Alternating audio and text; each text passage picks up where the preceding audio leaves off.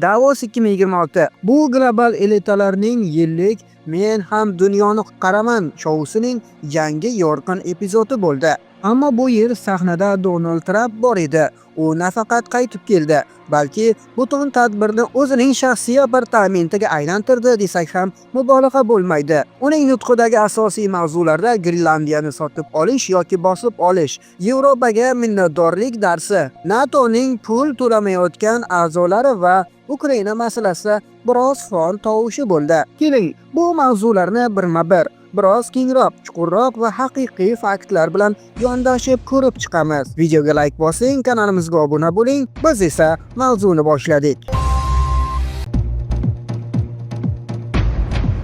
Trump nutqida shunday dedi: "Bu katta, go'zal muz parchasidir. Biz Grenlandiyani qutqardik va dushmanlarimiz uni egallashiga yo'l qo'ymadik." U kuch ishlatmayman deb va'da berdi. Lekin oldingi haftalarda Daniya va Yevropaga qarshi bojxona solig'i bilan tahdid qilgandi. Oxirida kelajakdagi bitimning asosiy chiziqlari haqida gapirdi. Ya'ni muzokaralar boshlanishi mumkin bo'lgan tayyor ramka bor. Bu ulkan himoyasiz orol aslida Shimoliy Amerikaning bir qismi.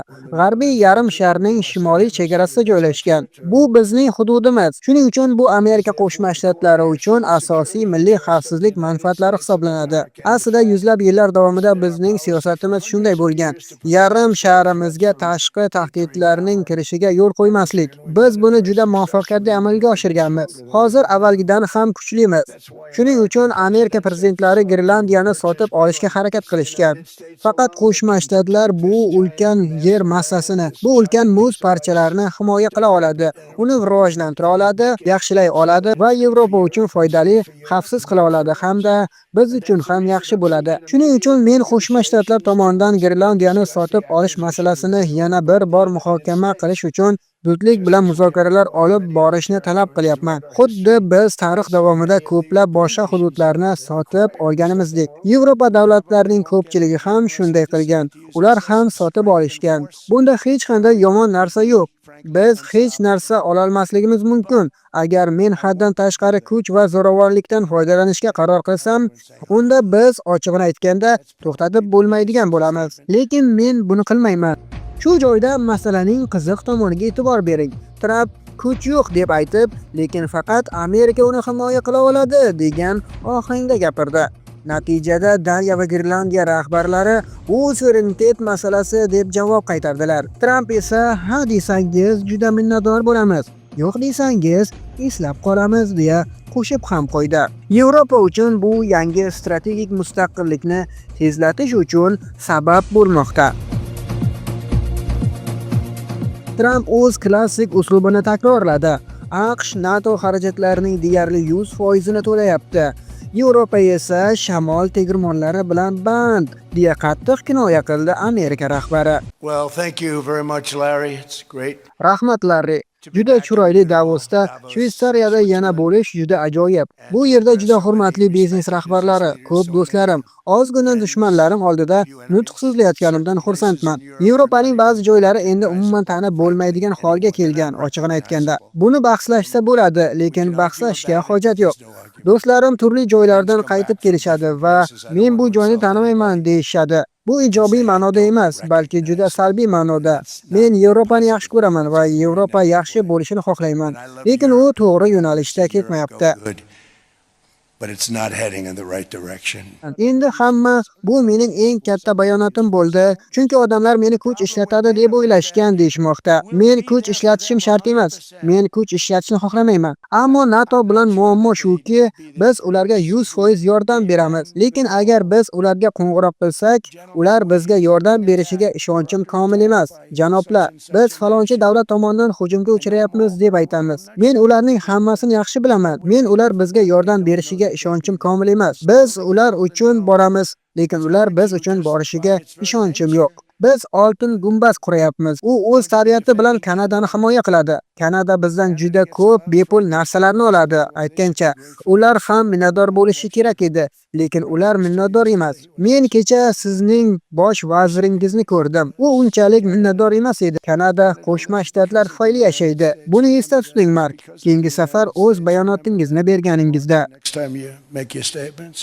U Yevropaning qadriyatlarini biznikidan pastroq deb atab, Fransiya dori narxlari, Germaniya energetikasi va boshqalarni tanqid qildi. Men Yevropaga yordam beryapman, NATOga yordam beryapman degan gaplari bilan birga tungi kunlargacha Grenlandiya haqida gapirmagunimcha ular meni yaxshi ko'rar edi deya nimagadir signal qilgandek bo'ldi. Zal esa bu gaplarga reaksiyasida avval kulgi, keyin jimlik, so'ng esa hayrat va nafas tiyish bilan qoldi. Xuddi bu gaplar ularga tashvish kabi bo'layotgandek. Mutaxassislar bu jarayonlarga quyidagicha fikr bildirishmoqda. Atlantik konsul tashkiloti bu nutq transatlantik munosabatlarga zarar yetkazdi. Grenlandiya bo'yicha yangi kelishuv haqida xabar esa NATO kelajagini yanada murakkab qildi deya javob bermoqda. Tramp nutqida Ukrainaga katta e'tibor bermadi, lekin umumiy ohangda bor deya gapirib o'tdi. Bayden 350 milliard sarfladi. Men esa Yevropa va NATOga yordam beryapman, dedi Amerika yetakchisi. Zelenskiy o'z chiqishida Trampning Grenlandiya masalasiga bilvosita tanqid qildi. Yevropa o'zini himoya qilishni bilishi kerak degan o'tgan yilgi gapini takrorlab, AQShsiz hech qanday xavfsizlik kafolatlari ishlamaydi deya qo'shimcha ham qildi. U Yevropani harakatsizlikda ham aybladi. Davosda ikkalasi uchrashib, urushdan keyingi xavfsizlik kafolatlari bo'yicha kelishuvga erishdik deyishdi, lekin hujjat hali imzolanishi kerak. Demak, bu hozircha shunchaki quruq gapdan narsa emas. Xo'sh, umumiy fon va mutaxassislar sharhlarida ham Trampning Davosdagi nutqlari tekshiruvlar asosida tahlil qilinmoqda. Xo'sh, qanday tahlil qilinmoqda? Jumladan BBC va New York Times tekshiruvlarida Trampning AQSh Grenlandiyani urushdan keyin qutqargan degan da'vosi noto'g'riligi aytilmoqda. Ikkinchi jahon urushidan keyin AQSh bazalari bor edi, lekin hudud doim Daniyaniki bo'lib qolgani eslatib o'tilgan. Keling bu masalaga xolis faktlar bilan javob qaytarsak. Ikkinchi jahon urushi davrida, ya'ni 1941-yillarda Germaniya Daniyani bosib olgach, Daniya elchisi, ya'ni Vashingtondagi hukumat vakili sifatida AQSh bilan maxsus kelishuv imzolagan. Bu kelishuvga ko'ra AQSh Grenlandiyani nemislar hujumidan himoya qilish uchun orolda harbiy bazalar qurish huquqini olgan. AQSh haqiqatan ham Grenlandiyani nemis bosqinidan saqlab qoldi va dushmanlarning orolga kirishiga yo'l qo'ymadi.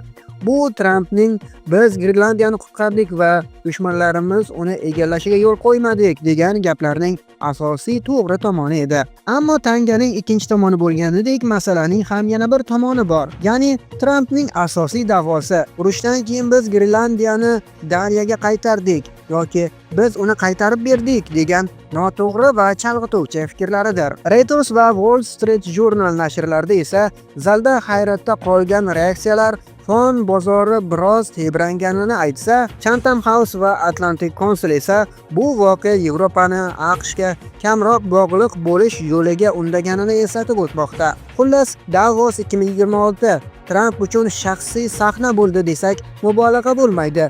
U o'ziga xos, go'yo o'zini juda barqaror daho uslubiga kirib gapirib o'tdi. Tanqid bilan va'dani aralashtirib yubordi.